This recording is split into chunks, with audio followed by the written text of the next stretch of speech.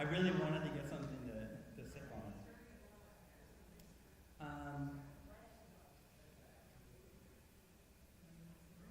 Sure. So, actually, let me hold on to one. To those joining online, the handout we're handing out, if you're on Facebook or YouTube, you want to make sure you go to our website, www.pineshorespress.org, pineshorespress.org, and this handout is actually available with this live stream. So if you're on the live stream on our website, you'll be able to find the handout right next to it. Say again?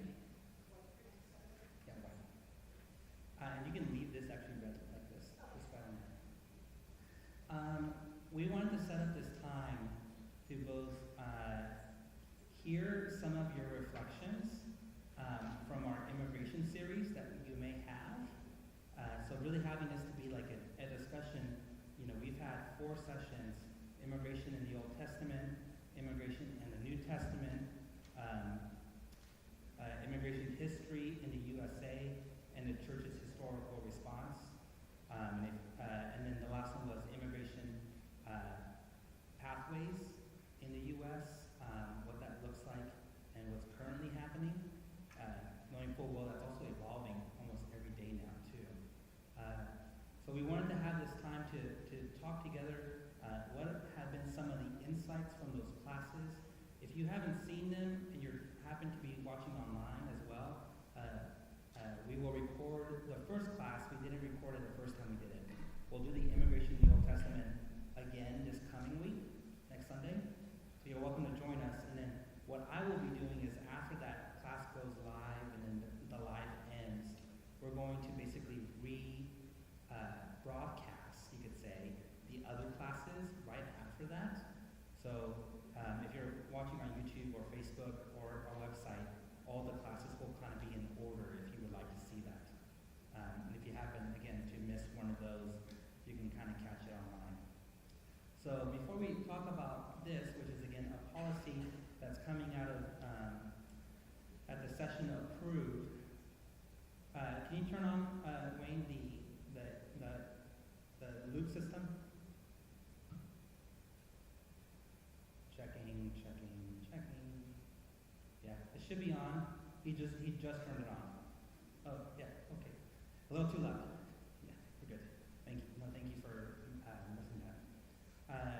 Yeah, what reflections do we have from our class? This is the time that we get to share with one another. The classes.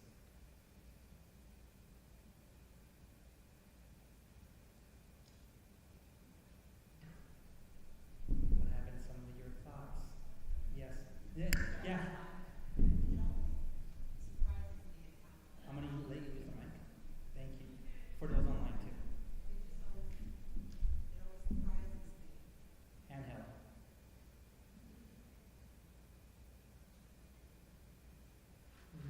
Yep. It always surprises me how complicated and how many steps and how difficult it is for people to seek asylum or any sort of immigration permanently into this country. It's just not easy, Mm-hmm. and it's sort of prohibitive. Yeah, so if you recall that part of the class we talk about the legal way is the legal weight, WAIT, just because of how complicated some the pathways to immigration are. But some people even applying in '98, getting visas today, right? What else stood out? And I love what was said. If there is no conversation, I did have a professor who once said, you know, if there is no conversation, that assumes that you all agree with what was said. That way, you know, silence was not assumed as you didn't want to speak up. It just means we all agree. And of course, if we don't all agree, or if we have reflections you want to share with the whole group, this is a space. This is how we learn and grow together. I'm going to start looking at some of my elders to also share maybe some thoughts you may have. I know you just did. What else?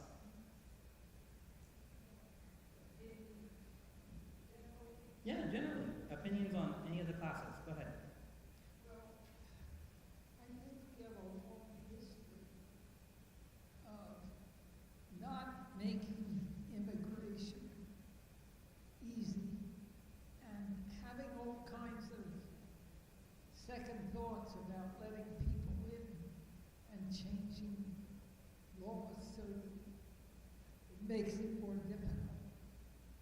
Yeah, so a long history of immigration and just reactions to it. How do we let people in or not? Good. What else? Well, when did this long history start? I'm thinking about my grandparents coming over in the early century ago, and it didn't seem to be much of a conversation. We knew they came from Germany and also Lithuania, but when was the difficult part? What administration of our government made this more challenging? Yeah. So if you recall, I should have brought the handouts from the immigration history in the U.S. You have it? I know that some of it began in, not that one. Yeah. There was a lot of things that happened post 60s, right? Allowing and inviting a lot of labor from Mexico to specifically do that in the 60s. The Bracera program. You then have instability happening across Latin America. Borders starting to close in the 80s, but then specifically 1991 bill, 1996 bill, I believe, right? Starts creating what we briefly talked about was those caps, so to speak. Here we go.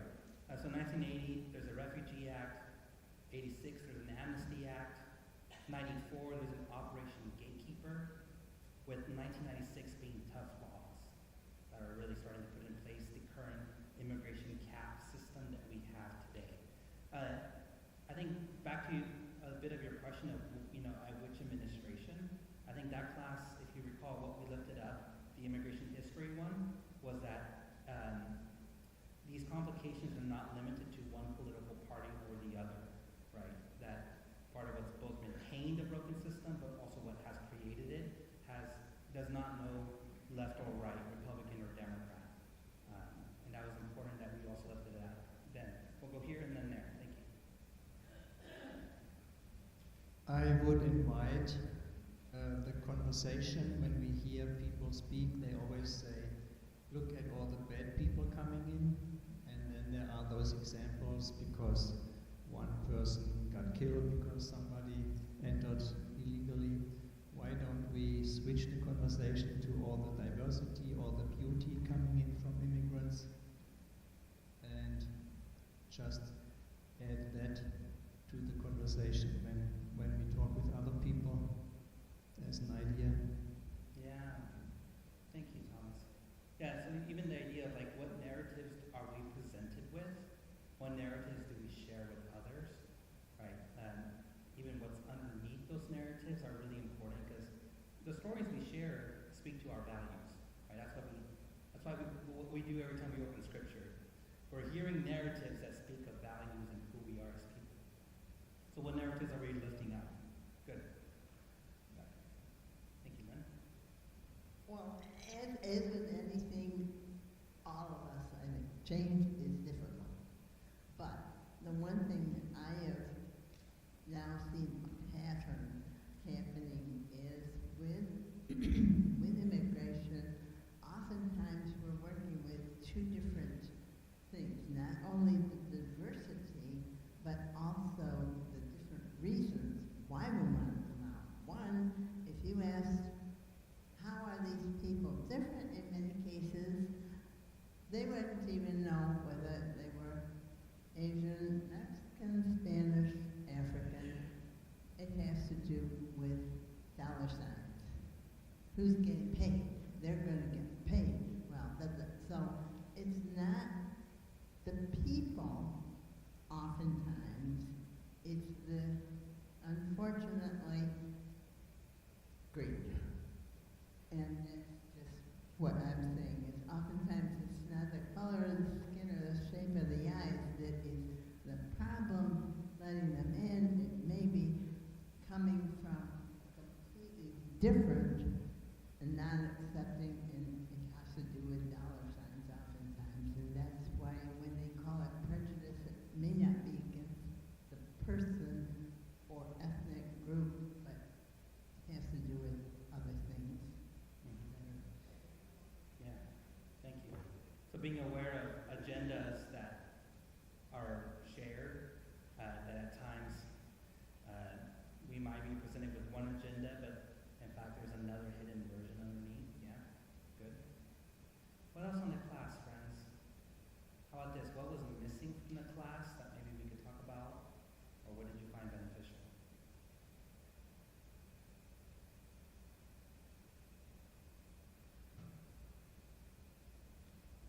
I'm thinking, Alex, of the influences that we've had during my lifetime that have made the situation challenging. We had a Vietnam War, we had a Korean War, we had the Hungarian refugee situation. There were influences in all of those groups coming together and creating an interesting dynamic. And so I think those kinds of worldly situations, but they seem to be better organized when we let those people in. Let the different people in. So I just have to, you have to think of the whole context of how this comes about. And could we have done a better job? But here we are now.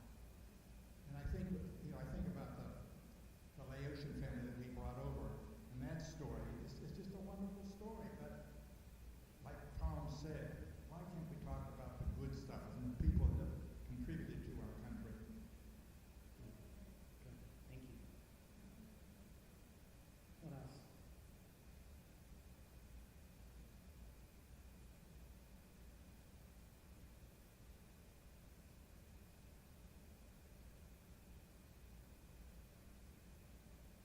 Yeah, I'll come to you in a second.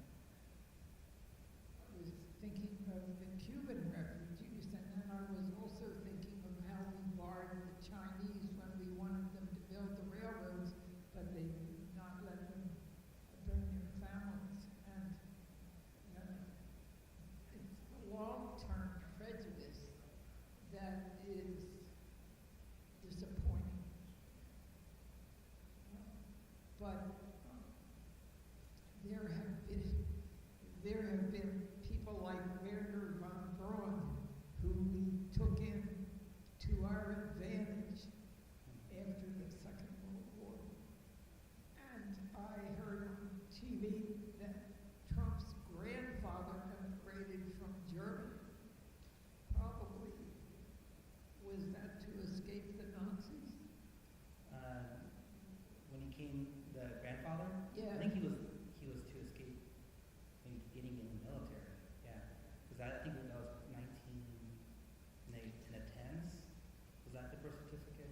Yes. So she's mentioning there was a birth certificate of I think the grandfather of our President Trump presented to him. It was I don't know if it was a copy of it, but I think it was a long time ago. And yes, I think you're pointing out too, Jackie, that the class on some of the history of immigration in the U.S. is important to go even back to the 1800s. Right? We went to 1700s a little bit, 16, 17, but even the 1800s, right? Asking for labor, but then at the expense of even splitting families.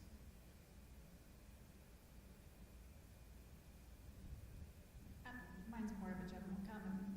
Mm-hmm. Sorry, that's something that was missing from the class, but I find it ironic that in the country there's so many identities that people celebrate all the time. I'm Irish American, I'm Italian American, I'm Scottish American. They join societies, they have celebrations, not understanding that that means they immigrated from someplace and they are also, celebrating their immigrant past, yet anything. And it's the same thing we see in Sarasota. It's, not in my backyard. Close the door once I've arrived here. No more building after my development was completed. So it's sort of like I'm here, so now that was all that was important to me, that I can't have a vision to look down the road and say that maybe there are other people that might have the same reasons and the same opportunities and would like to have the life that they live here. But I just think it's ironic that they share those so much and they don't see in that their immigrant past. Or Yeah. all of us are immigrants, obviously. Yeah, so unless you're Indigenous American, or if you happen to be on the West Coast, that used to be Mexico before that happened, right? We've all, to some extent, immigrated from somewhere, and right, the laws that change and pass are what then that not in my backyard, I'm just going to say this as a fun fact, kind of. Presbyterians would like our acronyms. The not in my backyard is called NIMBY. Yeah. Okay, good. NIMBY equals not in my backyard. What else? Not in. Not. And that happens a lot in communities because, I mean, it's just when on my last call, when we started a shelter together, there was a lot of people who were frustrated because they didn't want a shelter in their backyard. But if nobody wants a shelter in the county, where are they going to go? That's part of the hard question to try to answer.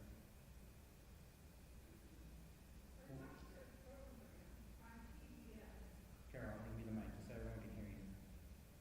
I watched a program on PBS, I had to bring it up, that showed that the Lithuanians were the beginning of the Holocaust, and they were horrible. Well, my father's parents came here, but they came in late 1800s, probably to get away from conscription. And in fact, when my dad was a Boy Scout, his father made him too militarist. So I just thought I'd confess that information. My father, what I have is my grandfather's naturalization papers that he was subject of the Tsar. So interesting, his party. Yeah. So I think that captures a little bit too how sometimes the narratives we see in history repeat itself. You know, people being targeted, people being otherized, right? Even some of what I was hoping to lift up in those classes on both the Old Testament and the New Testament is that we see that even in Scripture. The otherizing that happens at times, and how God's people sometimes are able to overcome that. I know all my elders have said, one has spoken so far. If you want to say anything, Vicky, you can. Otherwise, I'll pass it on.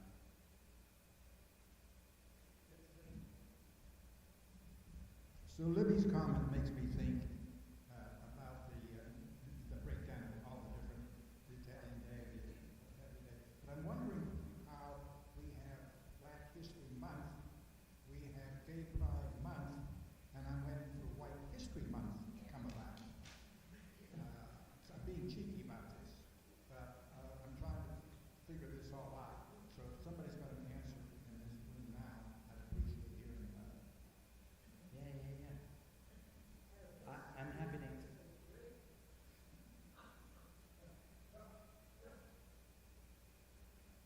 Anybody want to take a crack at that, or I can?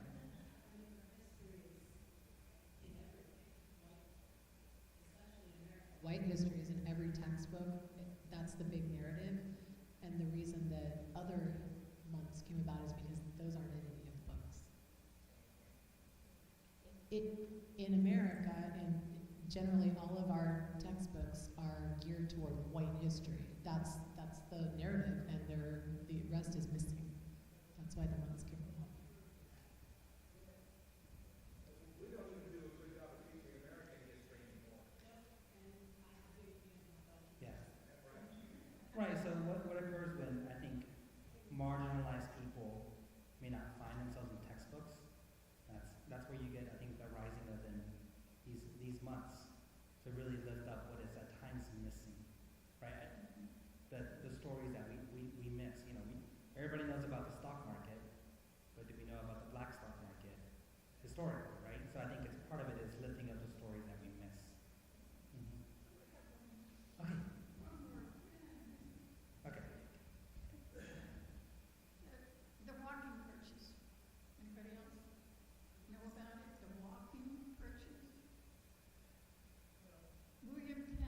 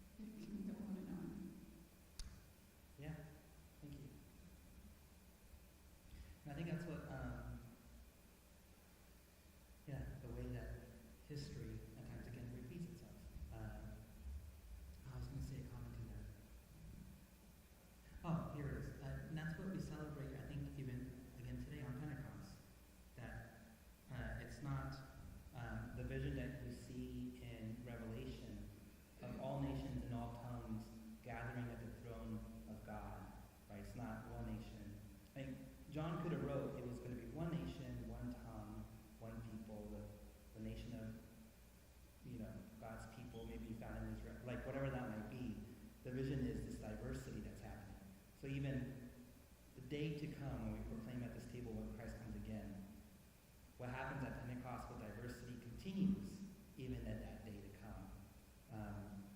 And I think it's such a beautiful vision of both how are we called, in the language of Dr. King from his letter from Birmingham jail, that we're caught up in the web of mutuality, the Irish Americans, the German Americans, all of us, and that we aren't free until we're all free. That when one injustice faces one, it is a threat to justice everywhere, right? So in light of that, we'll talk about this now for a second.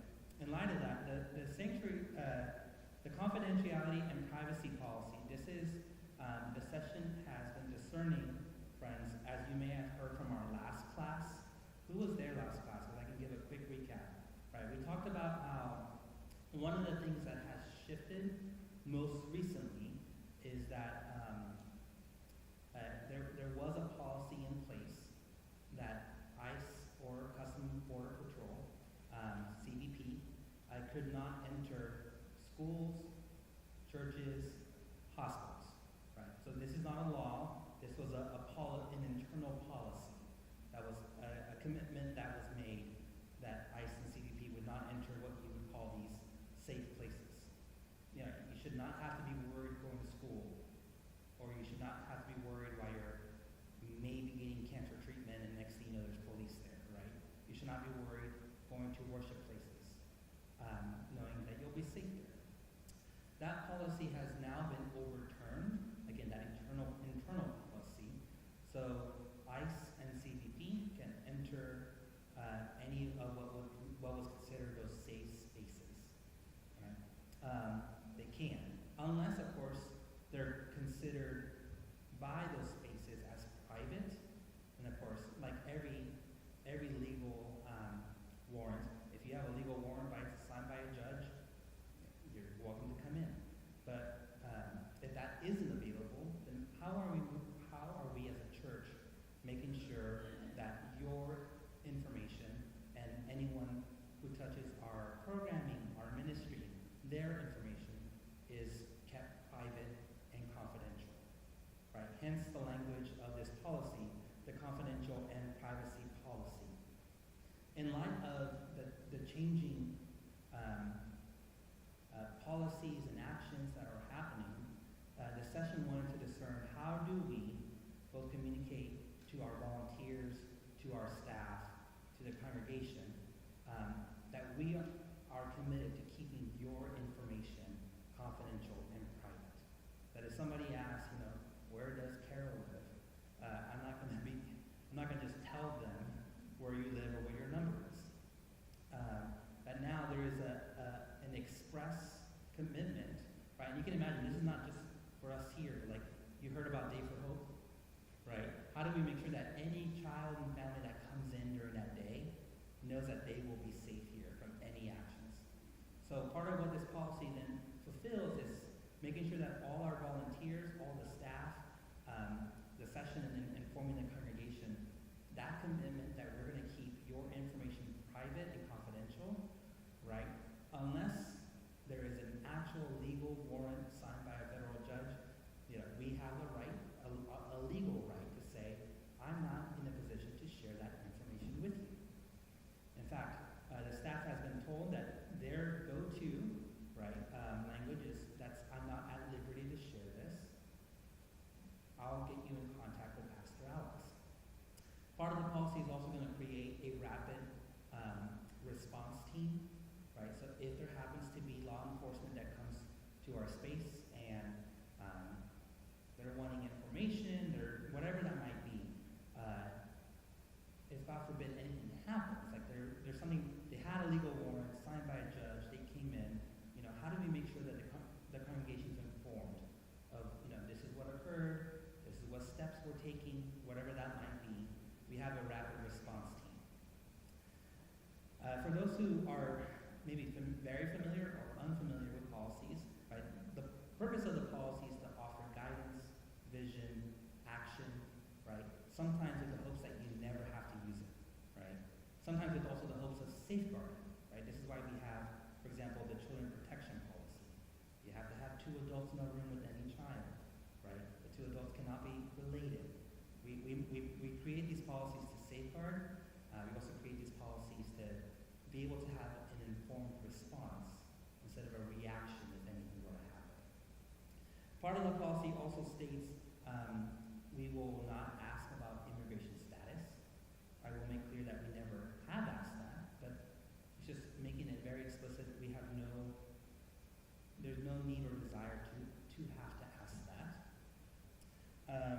We talked about in this policy as well, part of the commitment of making sure that everybody's treated with dignity and respect. We talked about how church property is sacred space. So in light of current policy changes that no longer considers schools, hospitals, and churches sanctuary spaces, safe places, that we ourselves are going to look into what kind of signs could be posted on our property, such like everyone's welcome, but if you happen to be ICE or CBP on official duty, you need to present a legal warrant signed by a federal judge. We're looking at how do we make that clean and succinct while naming the privacy of this space, the safety of this space, while also making sure it is still welcoming and again still abiding by legal laws. Part of the commitment too we find in this is how do we educate you all? So part of the immigration series was how do we educate about immigration and maybe our call as people of faith to respond. And then if you're welcome to read this and ask any questions, and I'll also then point out to any of the elders who may want to say anything about it. We were very, very intentional about the language in the policy. So the Book of Order does this thing where it tells you will or is or are to be is defined as actions that are mandated. Meaning if you see a will, we will, means that we are committing to doing that. We should is an action that is encouraged but not required. Right? So that means it's a little bit more permissive. Encourage, right? So that's not even should. Encourage is a little bit step down. An encouragement. So just be very mindful that when you see those words, there is a purposeful distinction, right? Because someone, for example, could say, signage has not been posted yet, right? Signage should be posted. You can see how that's permissive language. If it said will be posted, the fact that it hasn't been posted, you could have been like, Alex, we're not following the policy. Yeah, we'll get there, right? The language is very intentional. Elders, do you all want to share any, the session has been discerning this to really think about, again, how do we keep your information safe? How do we make sure that people who enter our programming ministry, our congregation themselves, how do we make sure that your information is safe? How do we make sure we're dealing with any law enforcement within our legal right?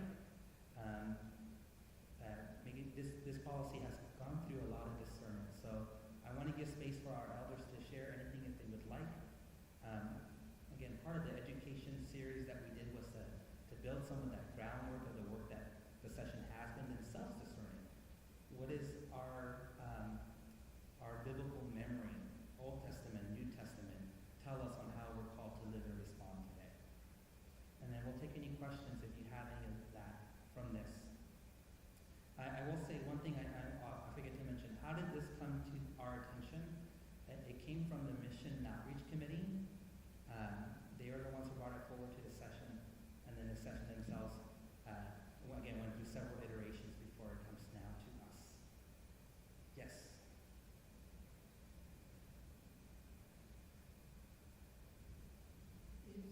Does this have to be done church by church, or is it the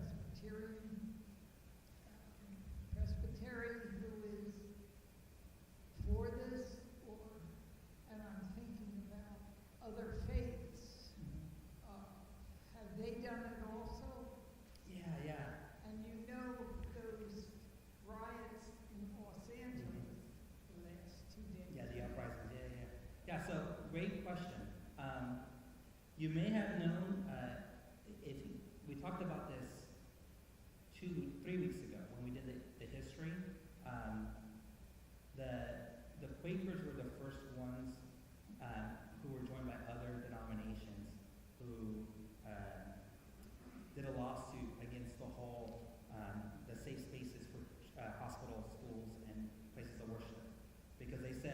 if you can't feel free to worship, that's an infringement on the First Amendment.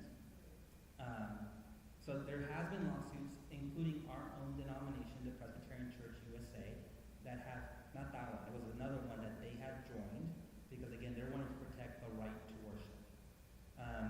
If you were to see this on the actual live document, the one that's on our drive, and we can always make this more publicly available, maybe at the back, with the links. The Presbyterian Church USA has long made commitments and stands for immigrants, for human dignity and respect. I mean, dating way back, even to most recently, one that came out, I believe, in 2020 or 2018, about inviting churches to be that sanctuary and accompaniment church. Sanctuary in the context of how are we safe spaces for people, but also how do we accompany migrants and foreigners in this very complex system. When General Assembly, which is our highest governing body, when they release statements, they are releasing what that body believes for that one moment in time. They cannot bind the actions of congregations, right? They can pass an amendment to the Book of Order, which then would have to be ratified by all the presbyteries. It's almost like when Congress right now, they can write a statement as the Congress, but if they're going to bind every state to do X, they have to pass an amendment to the Constitution, that then has to be ratified by the states. So our system in the PCUSA functions similarly. So the General Assembly has said every congregation, and we invite them to consider how can you be a place that's safe.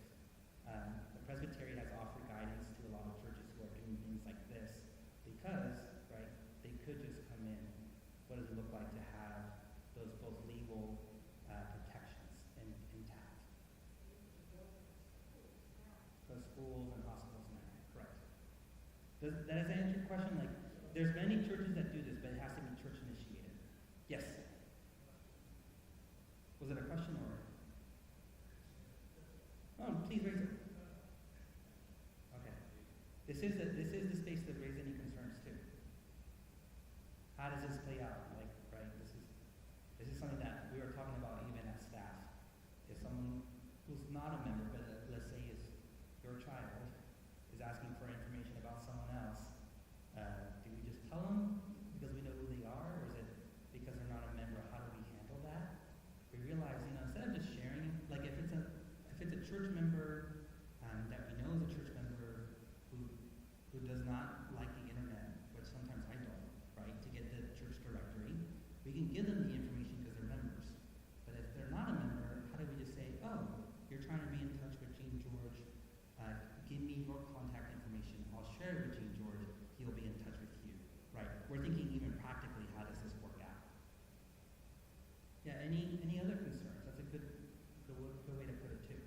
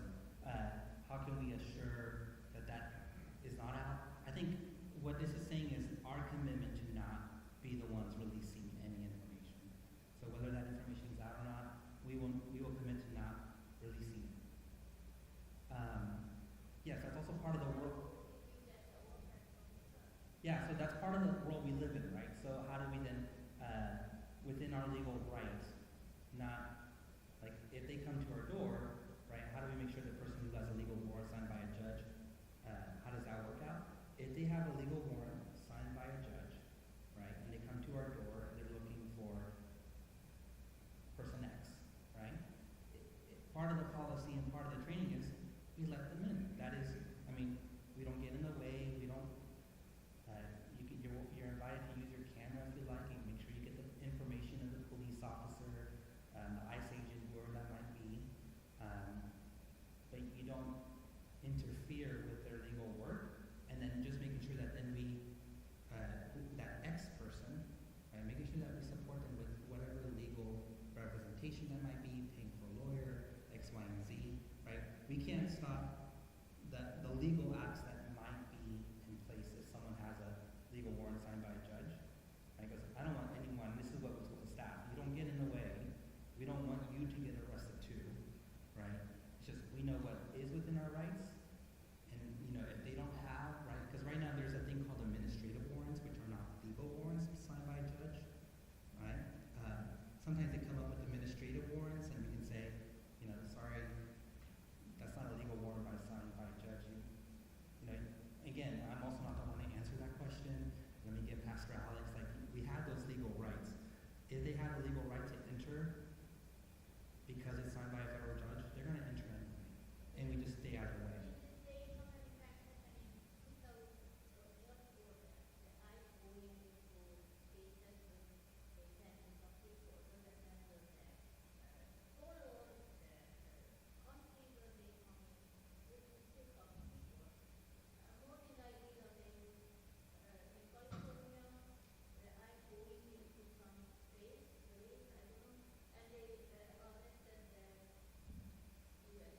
Yeah, so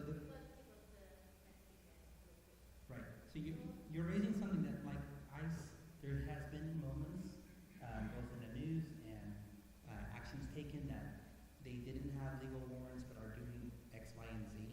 Again, none of this is making a judgment on whether that's a good thing or a bad thing. Probably not a good thing if they're not doing it legally, right? But yes, that is kind of the world we're living in right now.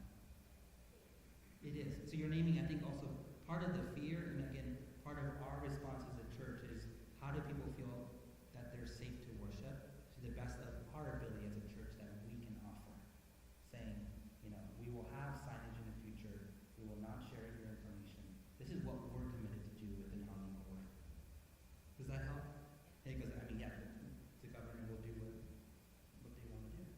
And then we can, you know, if that were to happen, right, like many of these spaces, they're fighting in court, right? Again, our denomination has signed onto a lawsuit saying this feels like an infringement on the First Amendment for the freedom of worship. The freedom of religion. Yeah. One, yeah. Yeah. And I just wanted to reiterate that this is broad policy, and so it includes everything. And we've been a safe place for the rape crisis center for quite some time. So this includes children who may be at risk. It includes battered spouses who may be at risk.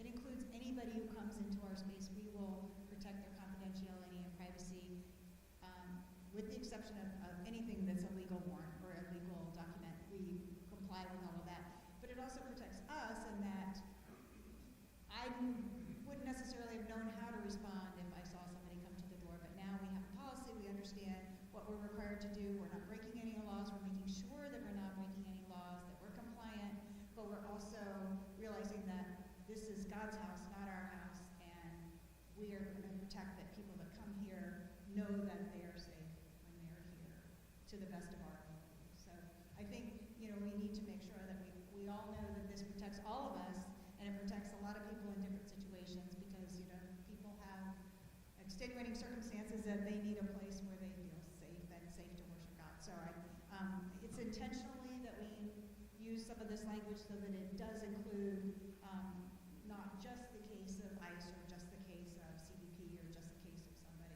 coming in. So it does protect all of us. Yes. Yes. So it was a whole session behind it. Yeah, this was approved by the session. And thank you for offering that expansion of that distinction.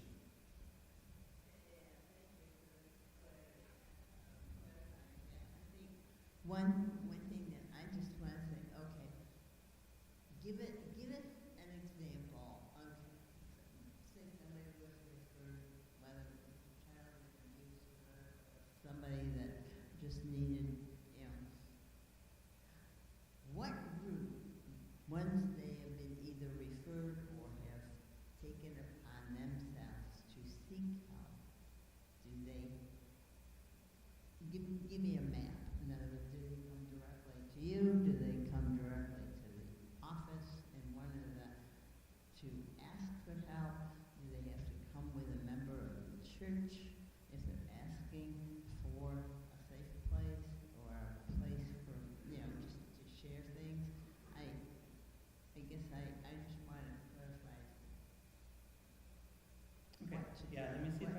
Yeah, let me see if I answer your question specifically. So if, right, regardless of immigration status or background or situation happening, everyone has access to pastoral care, to worship, to being part of our community. I think just period. Right, just period. If someone's asking for assistance, right, part of the language in the policy, because they have a situation at the house, you know, with a spouse or a partner, or because they have a concern, right? Nothing really does change because, right, we are connected with partners to make sure that if someone's facing abuse in the home, we know what our course of action is. If there's a child facing abuse at a home, you know, we know our course of action and what it is. If there's someone who has immigration concerns, right, part of the policy is saying, how do we make sure that we as a congregation are committed, not just with immigration agencies, but agencies of support, right? And make sure we just collaborate in connecting to the right person, right? I think that's, and going back to Libby's point, part of it is the broadening of a commitment we already have. I don't think I've always had kind of the philosophy of I know my lane, and part of the work of churches is to make sure how do we partner with other people who are really good at the work they do, right? I will tell anyone who's ever come for pastoral care, I'm not a therapist. I will do my best to offer guidance and spiritual encouragement, to push you, to challenge you, to comfort you. But if you want really actual therapy, I make sure that I'm connected to therapists in my region, because I will not pretend or act like I am one, right? And that's part of the respect of other expertises. I've always enjoyed partnering with therapists when I'm like, oh, this is really good pastoral care, but I'm also sensing some other items that maybe should really be done with a professional manner. I can give you good advice on finances, but at some point I'm like, but I'm not a CPA or a financial manager. You got to talk to someone else. How do we do that as a church and collaborate with other agencies? Good.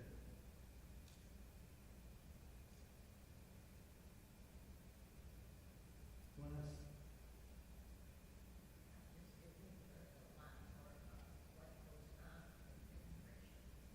Yeah, you want to say, oh yeah, she's just, learning more about just what happens with immigration. Yeah. I mean, this is the fun part about education, right? Especially when it's something that's not always in our rearview mirror. That's what I always enjoy about adult education, you know, adult classes, is being exposed to just things I don't think about often. Yeah. Right.